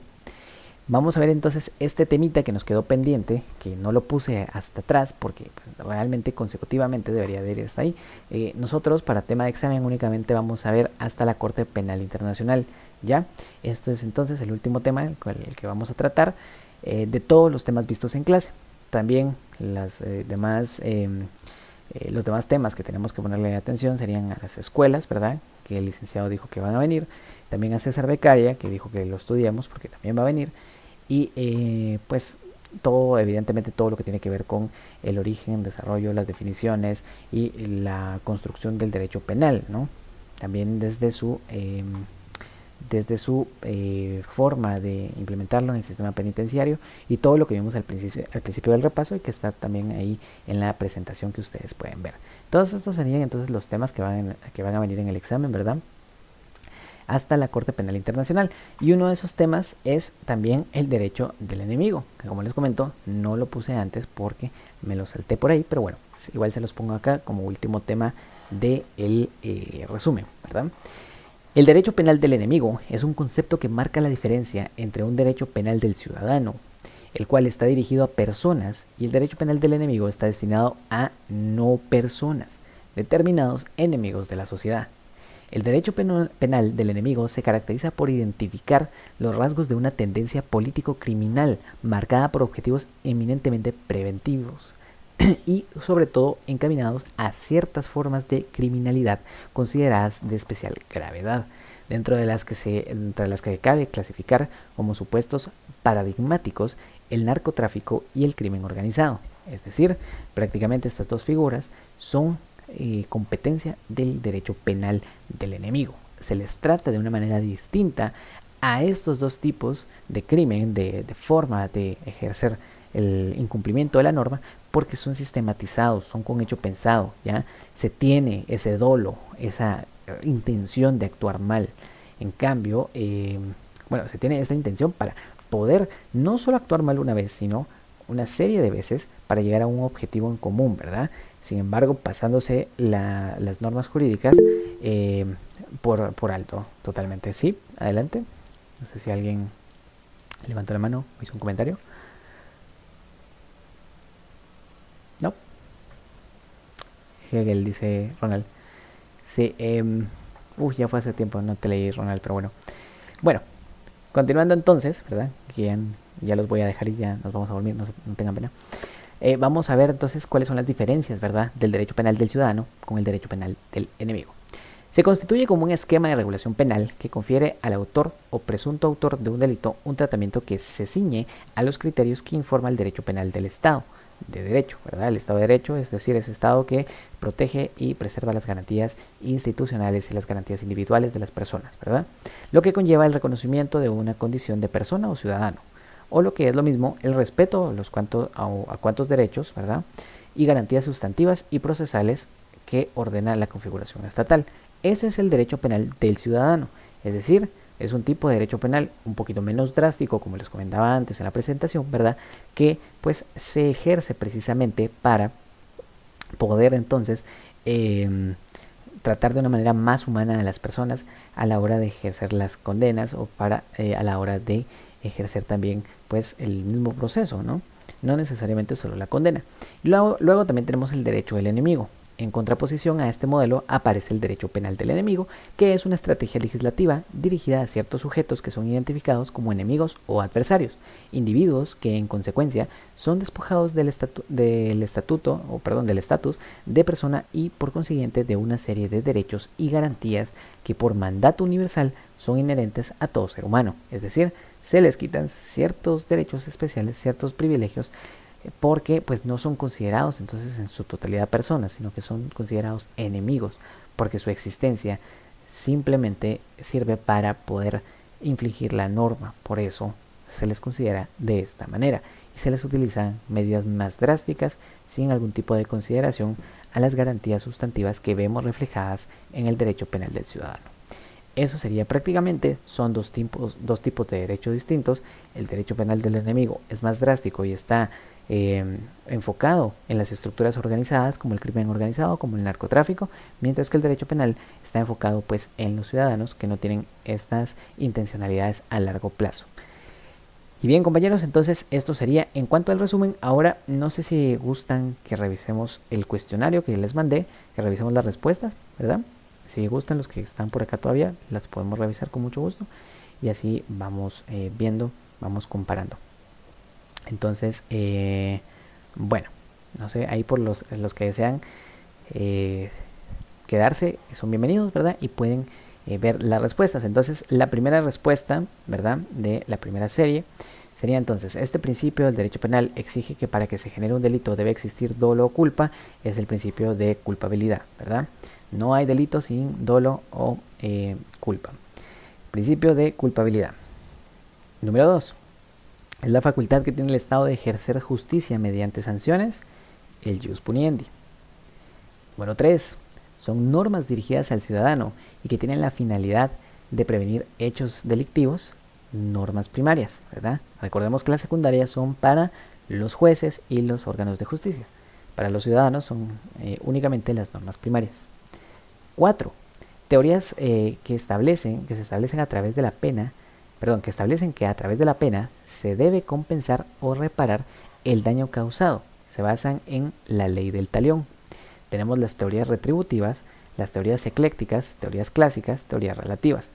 Recordemos que las teorías las vimos ayer, ¿verdad? Por eso, tal vez a los que no estuvieron ayer esto les suena un poquito raro, pero también está en el documento, ahí están explicadas los tres tipos de teorías, que son las retributivas, las preventivas y las eclécticas. En este caso estamos hablando entonces de las retributivas, que se basan en que la pena debe ser proporcional a la gravedad del delito, y que se debe de ejercer como un mecanismo de venganza prácticamente, no tanto como de prevención.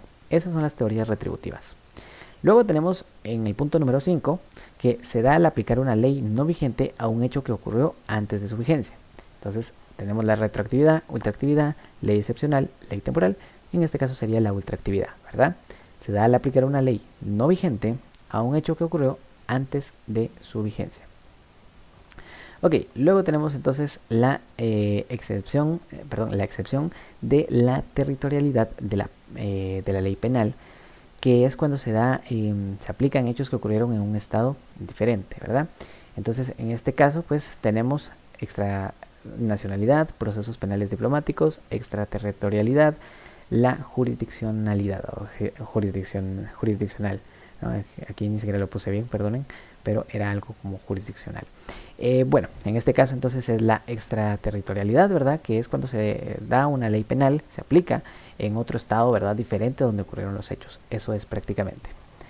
Es una ciencia interdisciplinaria que busca descubrir, investigar y profundizar en las causas del delito, las motivaciones de sus autores y las implicaciones de la víctima. Es la criminología, que recordemos que es uno de los pilares del sistema penal, ¿verdad? De Guatemala. Entonces, la criminología es la que tiene estas atribuciones, es la ciencia que tiene estas atribuciones de buscar las causas de los delitos, las motivaciones de sus autores y las implicaciones que tienen estos delitos para las víctimas. Criminología, ¿ok? 8. Son normas que carecen de supuesto o consecuencia jurídica, pero este se especifica en el mismo código, aunque en otro artículo. Normas complementarias, normas en blanco, normas incompletas o normas recíprocas. Recordemos que son las normas incompletas. ¿Por qué? Porque las normas en blanco son las que se complementan con una ley extrapenal, es decir, con una ley fuera del Código Penal, que naturalmente pues pertenece a otra disciplina jurídica. Este principio se establece que el derecho penal únicamente debe proteger bienes jurídicos, dejando a un lado aquellos que no lo son, como por ejemplo los meramente morales, internos o poco importantes. Tenemos el principio de resocialización, principio de subsidiariedad, perdón, ya a estas horas ya se me lengua la traba, principio de lesividad y principio de no bis in idem. Recordemos entonces que el principio que protege los derechos, los bienes jurídicos, perdón, es el principio de lesividad, ¿ok? Principio de lesividad, bienes jurídicos. Son las dos excepciones del ámbito de validez personal de la ley penal. Del ámbito de validez personal, ¿verdad? Es decir, ¿qué nos dice el ámbito de validez personal? Todos somos iguales ante la ley penal. Pero, hay dos casos en los que no. Serán el antejuicio y el amparo, serán las medidas supletorias y de seguridad, inmunidad política e inmunidad judicial, o la inmunidad internacional y antejuicio, es la D, ¿verdad? Inmunidad internacional y antejuicio. Esto sería entonces la respuesta correcta. Muy bien, segunda serie, falso y verdadero. Las funciones de las normas penales son protección, motivación y garantía, verdadero, ¿sí? Las normas penales tienen estos objetivos, tienen esta función como tal: proteger, motivar y garantizar. ¿Protección a quién? Hacia las personas.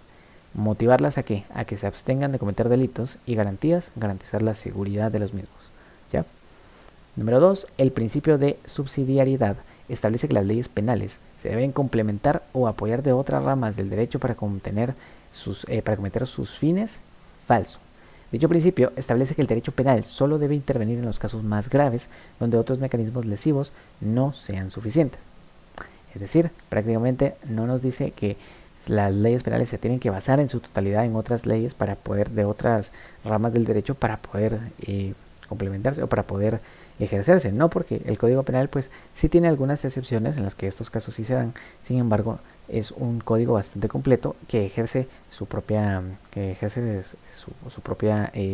autonomía de la ley, ¿no? Salvo obviamente dentro del rango constitucional, que pues las leyes constitucionales son mucho más grandes en cuanto a el nivel jerárquico, pero este es otro tema, ¿no? Ahorita estamos hablando acerca de la función como tal del Código Penal, ¿verdad? Entonces el Código Penal sí se puede, sí establece los preceptos en la mayoría de artículos y las consecuencias jurídicas. Ahora bien, este principio entonces enfatiza, ¿verdad?, que solo debe de intervenir el derecho penal en los casos más graves, No, por ejemplo, cuando tenemos un problema entre particulares, entre, yo qué sé, por ejemplo, una deuda, vamos a venir y vamos a rápido utilizar la ley penal, ¿no? Imaginemos una sociedad en la que pues se calumnia a las personas o se les utiliza como esclavos o algún tipo de penalización hacia su dignidad porque o se les lleva a la cárcel, ¿no? Por una deuda monetaria, ¿no? O sea, sería algo bastante complicado. Entonces, sí hay otras formas en las que se puede dar esto, pero eso es aparte, ¿no? Y no es precisamente de una manera tan directa, lleva un procedimiento aparte. Pero bueno, la cosa es que en este caso nos está diciendo que simplemente si se atenta contra los bienes y por ende contra los bienes jurídicos y por ende se pone en peligro la integridad y se llega a una gravedad bastante fuerte, entonces ahí entra el principio de subsidiariedad que nos dice que el derecho penal aplica, ¿verdad? En ese caso. Luego tenemos 3, el ámbito espacial. La ley penal solo puede ser aplicada en todos aquellos hechos delictivos que se cometan dentro del territorio del país, es decir, todos los delitos cometidos dentro del territorio nacional verdadero. Para ser válido el principio de legalidad, la norma debe existir previamente al hecho que pretende juzgar, debe ser emanada de un órgano legislativo, además de ser clara y taxativa, verdadera, ¿sí? Esas son las exigencias del principio de legalidad.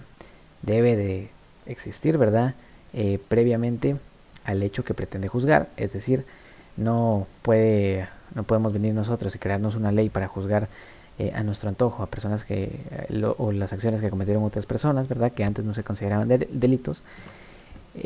Luego tampoco podemos venir y utilizar una norma penal, ¿verdad? Que se le ocurra al órgano ejecutivo o al órgano judicial, porque no les compete a ellos la creación de dichas normas. Ellos pueden crear normas reglamentarias, normas orgánicas, sin embargo no normas penales.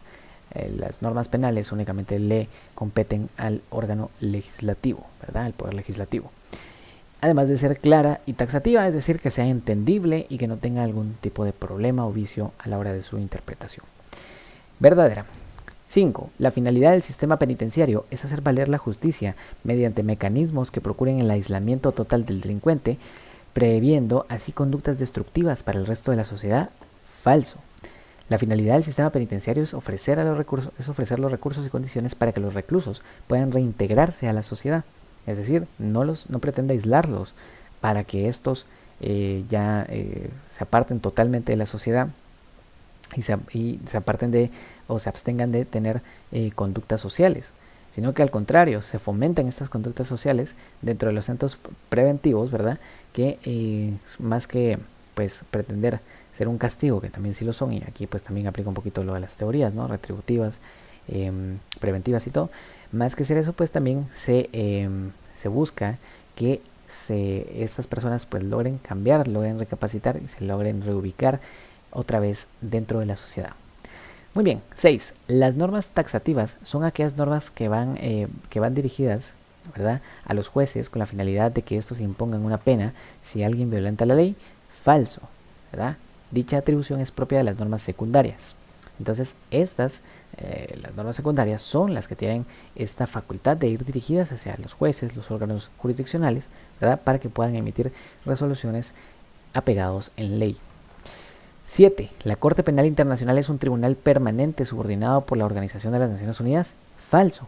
A pesar de que sí tuvo o sí tiene cierta conexión y tuvo cierta implicación en las Naciones Unidas en su nacimiento en el Estatuto de Roma, la Corte Penal Internacional ejerce una autonomía total, ¿verdad? No dependen de ningún órgano internacional para poder llevar a cabo sus funciones.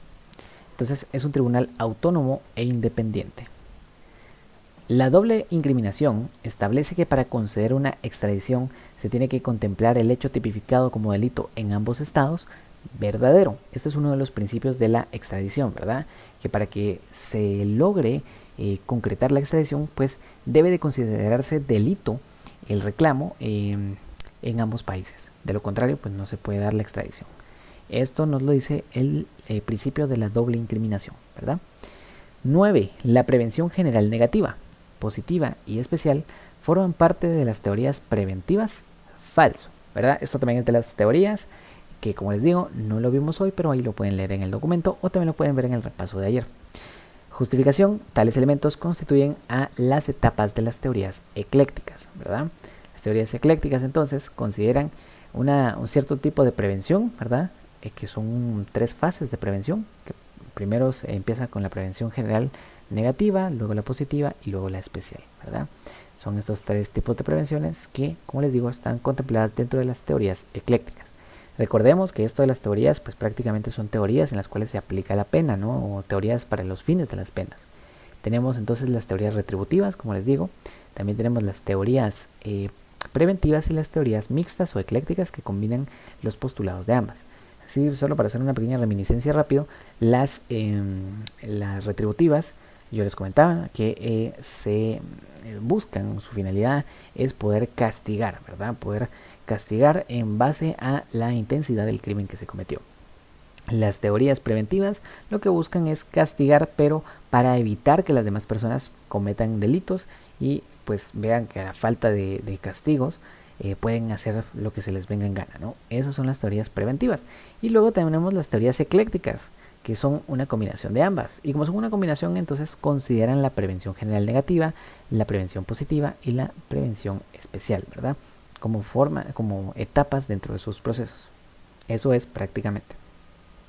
Muy bien, ahora vamos con el dolo. Se comete cuando se actúa sin voluntad de cometer un hecho delictivo, pero que por circunstancias carentes de precaución o previsión por parte del autor se provoca un crimen falso. Tal descripción hace referencia a la culpa. El dolo implica la voluntad consciente de causar un perjuicio o de incumplir una obligación legal, ¿verdad? Eso es entonces el dolo. Es la intención de causar mal. La culpa es la negligencia, ¿sí? La falta de previsión. Ojo la diferencia ahí. Bueno, ahora vamos con la tercera serie, la de las preguntas directas. ¿Por qué se dice que el derecho penal es de carácter público? Porque proviene del Estado, ¿verdad? O sea, al final tutela los derechos o los bienes jurídicos de las personas. Entonces, ¿cómo lo hace? Mediante el Estado, mediante los órganos estatales, ¿verdad? Entonces, evidentemente, es un órgano totalmente público, pues, o sea, tiene sus atribuciones totalmente públicas, porque ejerce directamente, incide directamente sobre los problemas que se dan entre las personas, pero con el Estado, ¿verdad? O sea, el Estado incide directamente en esta en esta función, ¿no? Es prácticamente lo que veíamos también en derecho procesal, ¿verdad? Esta figura tripartita, que es prácticamente que el Estado hace de regulador o ente mediador. Luego también tenemos que en la pregunta número 2, ¿cuál es el derecho penal que se enfoca en el crimen organizado? Ese es el derecho penal del enemigo. Lo acabamos de ver hace unos instantes, ¿verdad? Pregunta número 3, ¿cuál es el argumento de la escuela clásica del derecho penal?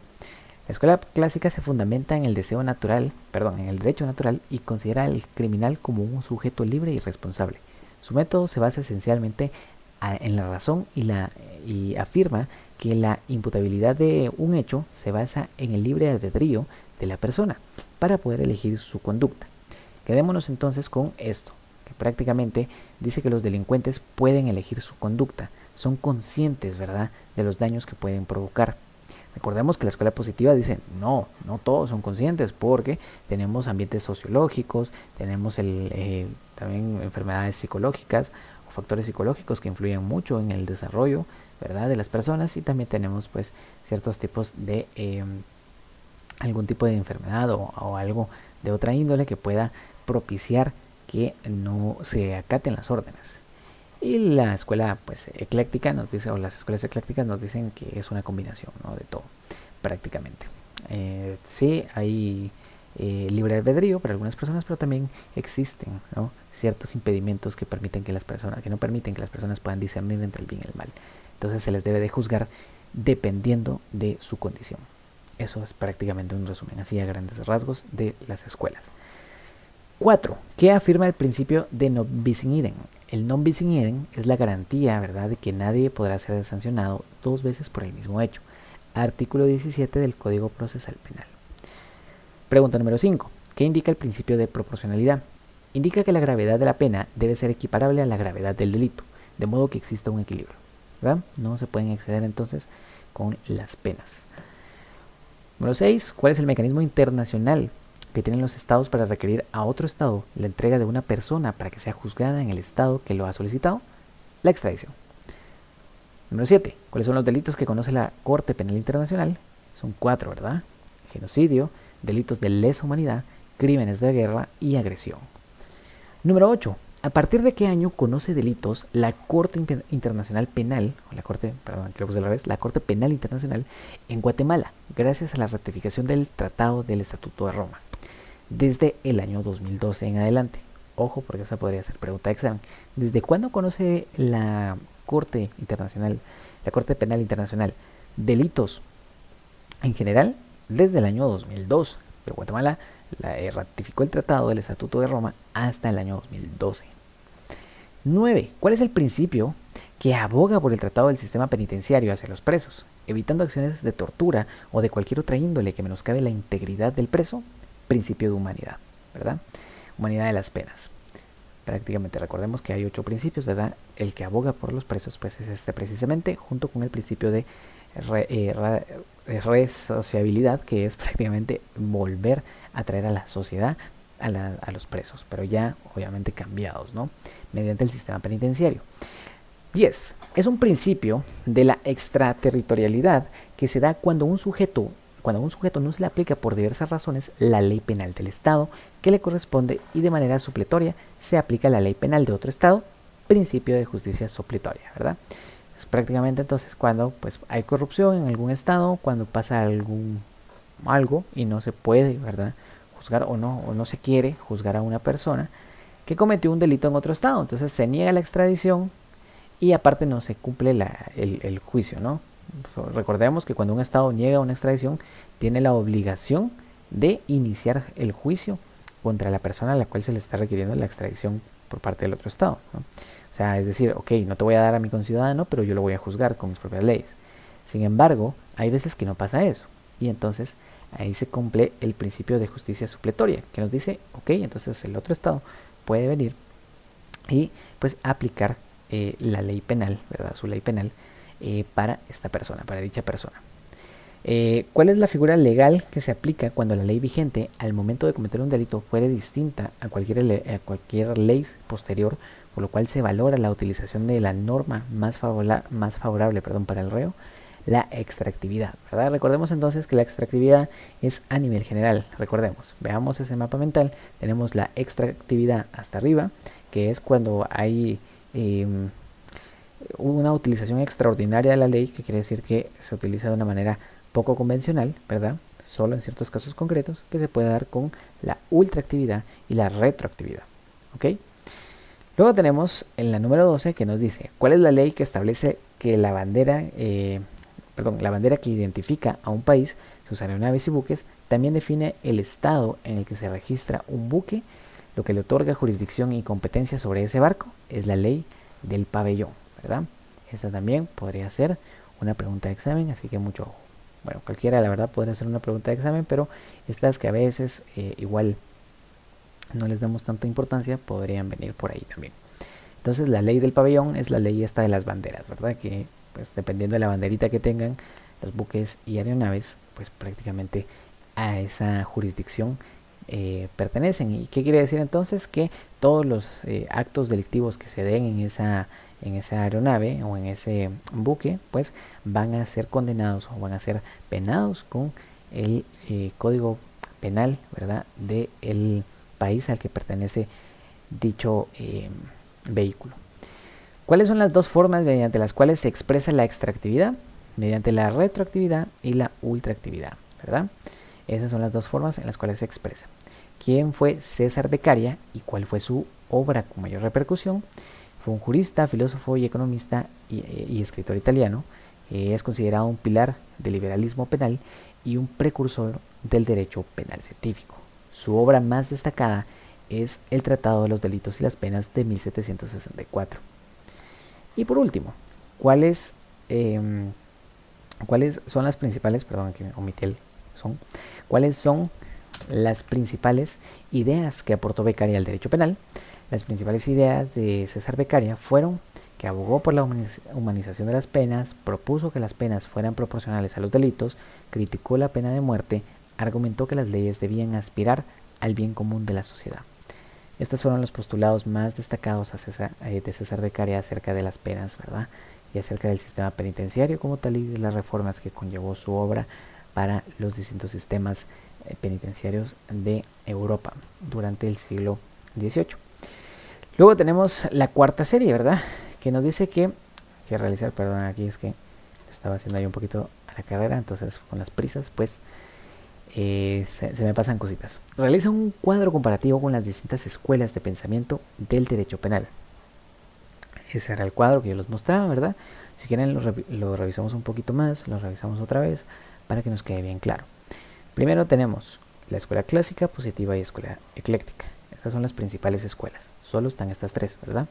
Sus fundadores tenemos a César Beccaria en la escuela clásica, junto con Francesco Carrara e Immanuel Kant. En la escuela positiva tenemos a César Lombroso, a Enrico Ferri y a Raffaele Garofalo.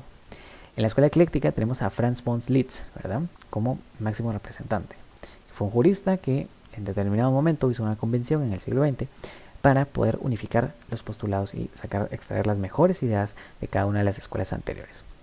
Época, la escuela clásica del siglo XVIII al siglo XIX, la escuela positiva del siglo XIX al siglo XX y la escuela ecléctica del siglo XX en adelante. Enfoque principal, el delito en la escuela clásica es concebido como un ente jurídico. Se centra en el acto ilícito y la responsabilidad moral por ello. En cambio, en la escuela positiva, el delito se ve como un fenómeno natural y social. Se enfoca en el delincuente y sus características. Y en la escuela ecléctica, combina el estudio del delito como un acto jurídico y como un fenómeno social. La base filosófica de la escuela clásica es entonces el racionalismo y el liberalismo. Defiende el libre albedrío y la responsabilidad individual. En cambio, en la escuela positiva, se niega el libre albedrío y se enfatiza en factores biológicos, psicológicos y sociales. En la escuela ecléctica se integran entonces las dos postulaciones. En el caso de la pena, ¿cómo se concibe la pena? En la escuela clásica se concibe como un castigo, ¿verdad? Que debe ser proporcional al delito cometido. Su fin es retributivo y preventivo. En la escuela positiva la pena es un medio de defensa social y de readaptación del delincuente. Se enfoca en la prevención y en la corrección. Y en la pena, en el caso de la pena en la escuela ecléctica, pues combina los fines retributivos y preventivos, buscando la justicia y reinserción social. Es decir, sí, busca que se le condene por modo de castigo por lo que cometió, pero también se busca la reinserción social. Es decir, que no se le apliquen condenas demasiado graves, porque al final, o que menoscaben su integridad física o su integridad psicológica, porque al final el reo va a ser reubicado otra vez en la sociedad. Y bueno, compañeros, eso sería entonces la resolución del cuestionario. También se los voy a mandar ahorita, no se preocupen. Y eso sería en general, pues, el repaso, ¿verdad? Hasta aquí llegamos.